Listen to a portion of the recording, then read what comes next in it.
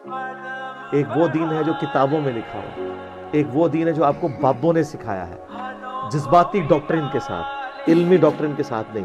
یہی وجہ ہوتی ہے کہ جب وہ آپ مناظروں میں بڑے شوق سے جاتے ہیں، آگے سے کوئی بات کرتے ہیں آپ کے علماء بھی ہیں کر کے بیٹھ جاتے ہیں، ان بیچاروں کو پتہ ہی نہیں ہوتا کہ کس لیول کا دھوکہ دیا گیا ان کو۔ اور ایون یہ ایسے دھوکہ باز بھی ہوتے ہیں چونکہ آپ نے پڑھا ہوا نہیں ہوتا، وہ چیزیں جو ان کے خلاف ہوتی ہیں وہ آپ کو اپنے حق میں پیش کر رہے ہوتے ہیں۔ مثلا صحیح بخاری میں ایک حدیث ہے، اب ڈاکٹر اسرار صاحب بھی اس کو کوٹ کرتے تھے، لیکن ڈاکٹر اسرار صاحب بھی حدیث کے معاملے میں کمزور تھے، اور وہ کہتے ہیں جی وہ مجھے ایک قادیانی ملا، ڈاکٹر اسرار صاحب نے یہ واقعہ سنایا ہے۔ جب وہ قرآن میں آیت آتی ہے نا سورہ الزخرف میں، قل ان کان للرحمن ولد فانا اول العابدین، اے نبی تم فرماؤ اگر اللہ کا کوئی بیٹا ہوتا سب سے پہلے میں اسے پوچھتا۔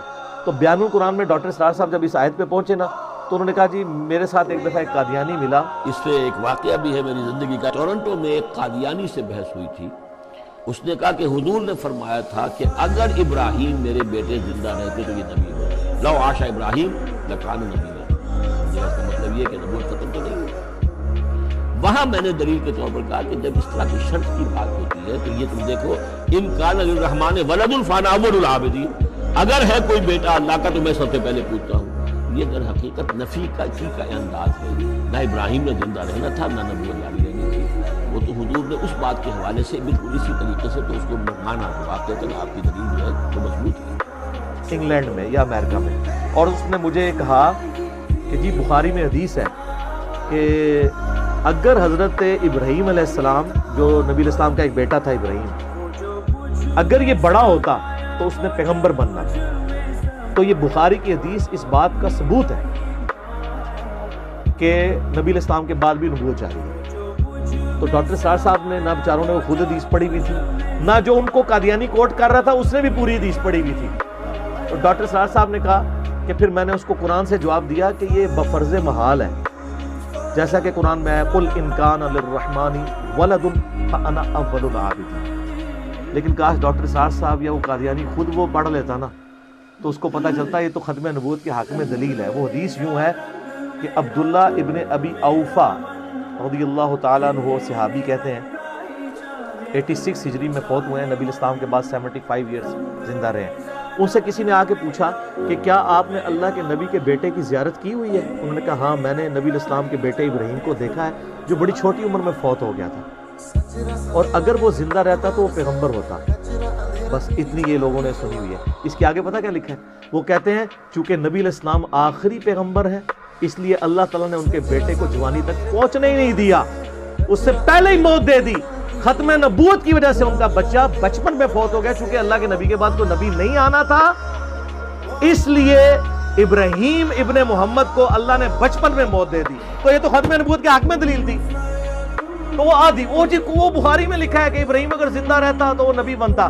آگے بھی تو پڑھو، عبداللہ ابن ابی اوفا کیا کہہ رہے ہیں کہ وہ بچہ بہت ہی اس لیے ہوا ہے کہ چونکہ ختم نبوت ہو چکی ہے تو آپ کا بچہ جوانی کو پہنچے گا نہیں۔ اب آپ کو وہ آیت سمجھ آئے گی، سورہ الاحزاب آیت نمبر 40، ما کان محمد ابا احد من رجالکم ولکن رسول اللہ وخاتم النبیین، محمد تم مردوں میں کسی کے باپ نہیں ہے۔ ان کا کوئی بچہ مرد نہیں بنے گا، کیونکہ مرد بنتا پیغمبر بھی ہوتا، پروٹوکول دیتا نا اللہ۔ اگر ابراہیم کا بچہ پیغمبر ہے تو محمد رسول اللہ کا بچہ پیغمبر کیوں نہ ہوتا؟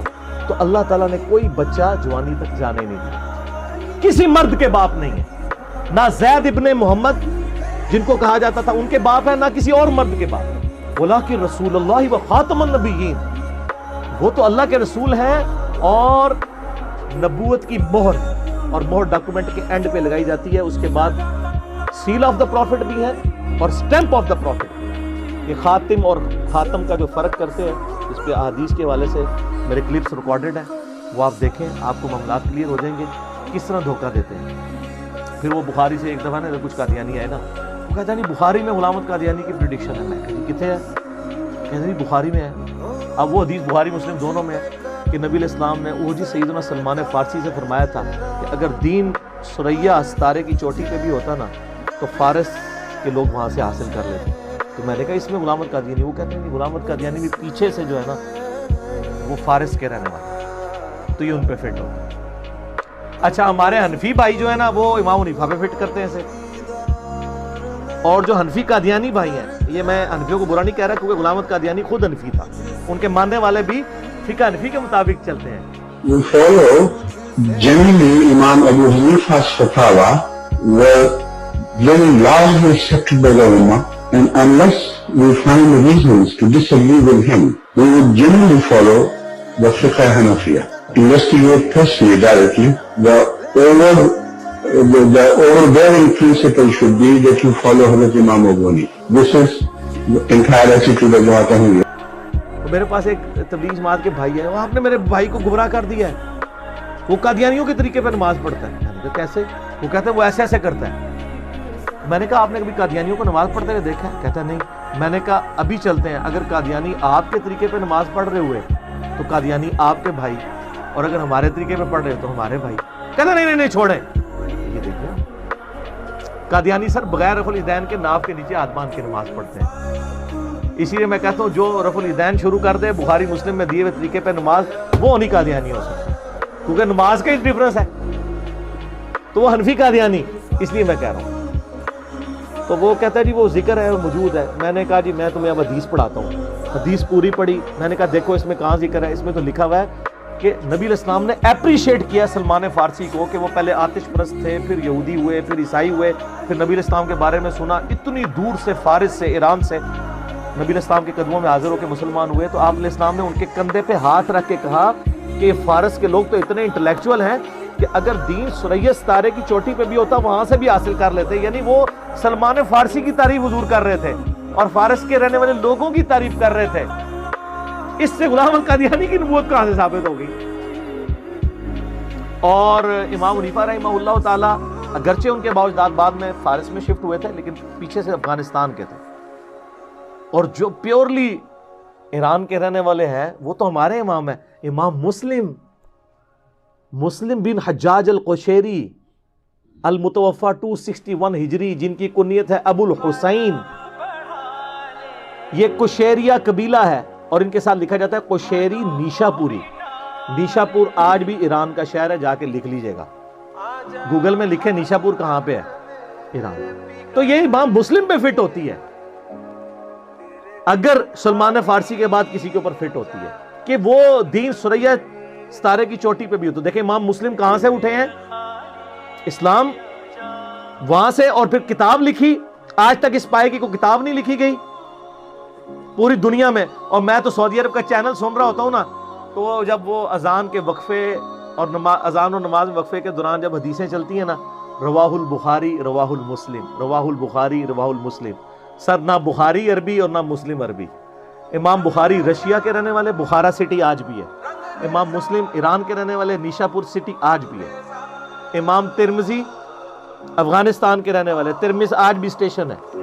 امام ابو داؤد بھی افغانستان کے رہنے والے.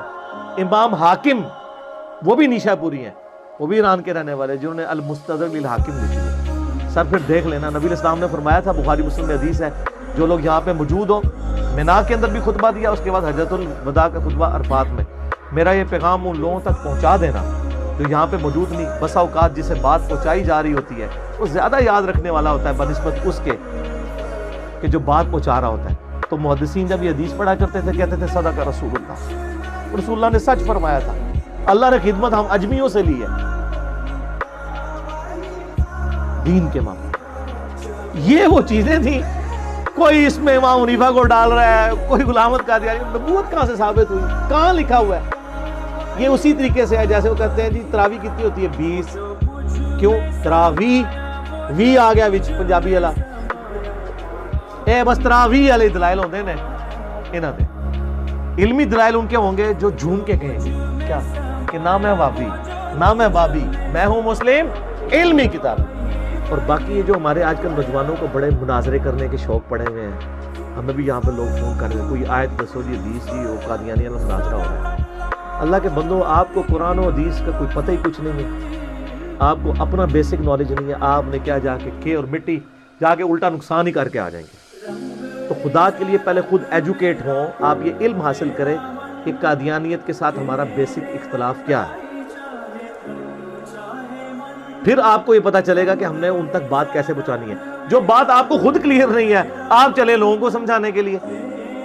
تو اس کے لیے میں آپ سے ریکویسٹ کروں گا یوٹیوب کے اوپر آپ قادیانی اور ساتھ انجینئر محمد علی مرزا لکھیں تو میری کئی ایک ویڈیوز کھلیں گی جن میں میں نے ان کے ایشوز کو ریزالو کیا کہ وہ یہ کہتے ہیں اس بنیاد پہ ہم ان کا رد کرتے ہیں. یہ چیز علمی طریقے سے, جذباتی طریقے سے نہیں, مار کٹائی کے طریقے سے نہیں, صرف نعرہ بازی کر کے نہیں, اور فیس بک کے اوپر صرف خالی پیجز بنا کے نہیں, بلکہ سچائی کے ساتھ ان تک ان کی گمراہی ان پر واضح کرے تاکہ ان کی آنے والی نسلیں اسلام کے اندر داخل ہوں.